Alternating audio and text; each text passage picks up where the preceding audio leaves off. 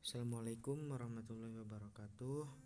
Perkenalkan, nama saya Muhammad Arya Syari Ramadhani, mahasiswa dari Digitech University dengan nomor NPM 101207073. Di sini saya akan mempresentasikan tentang waktu diharamkan sholat. Sebelumnya saya terima kasih kepada Bapak dosen pengampu Bapak Jaki Fuad Busro Anam yang sudah memberikan materi ini kepada saya.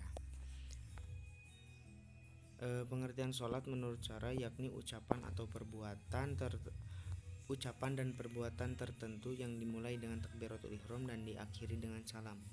Ucapan di sini adalah seperti bacaan Quran, takbir, tasbih, dan doa. Sedangkan yang dimaksud dengan perbuatan yaitu gerakan dalam sholat, semisal berdiri, ruku, sujud, duduk, dan gerakan-gerakan lain yang dilakukan dalam sholat.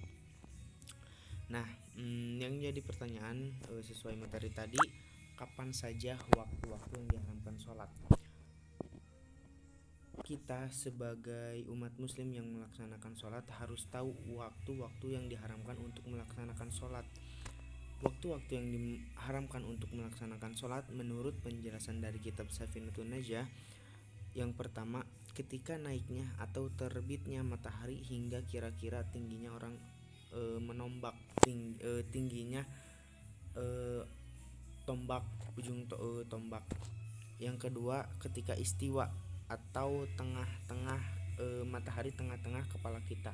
Tetapi untuk kecuali di hari Jumat dan waktu istiwa itu sebentar, ya mungkin kurang dari 1 menit, enggak lebih 30 detik.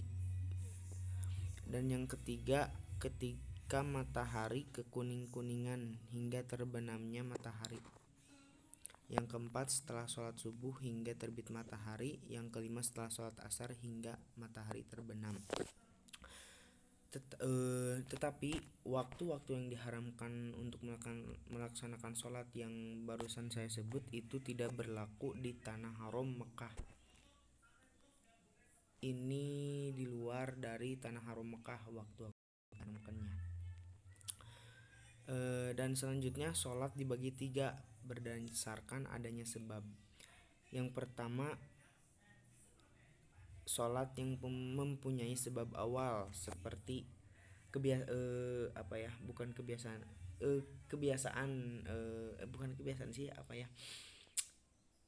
seperti pasti kita pernah mengalami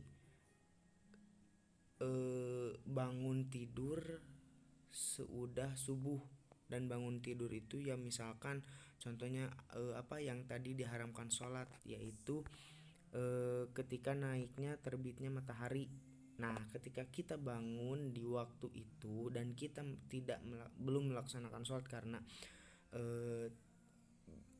baru bangun tidur, maka itu bisa dilakukan, dan itu harus langsung dilakukan, jangan menunggu waktu lagi. Ketika bangun tidur langsung wudu, langsung sholat. Dan yang kedua, sholat muqorinun, sholat yang mempunyai sebab bersamaan seperti sholat gerhana. Nah, ketika ada gerhana kan kita selalu kebiasaan kita selalu sholat gerhana. Nah, ketika bersamaan itu tidak apa-apa. Dan yang ketiga, sholat yang mempunyai sebab belakangan seperti sholat istihoro dan sholat ihram. Dalil atau hadis yang diharamkan sholat ini dari hadis riwayat Muslim, yang artinya ada 3 waktu sholat yang Rasulullah SAW melarang kami untuk melakukan sholat dan menguburkan orang yang meninggal. 1. Ketika matahari terbit hingga meninggi. 2. Ketika matahari tepat berada di tengah-tengah cakrawala hingga bergeser sedikit ke barat. Dan yang ketiga, ketika matahari berwarna kekuning saat menjelang terbenam. Hadis riwayat Muslim. Terima kasih. Mungkin itu saja presentasi dari saya. Mohon maaf bila ada kekurangan datang dari kebodohan saya dan kebenaran datang dari Allah Subhanahu wa taala. Wassalamualaikum warahmatullahi wabarakatuh.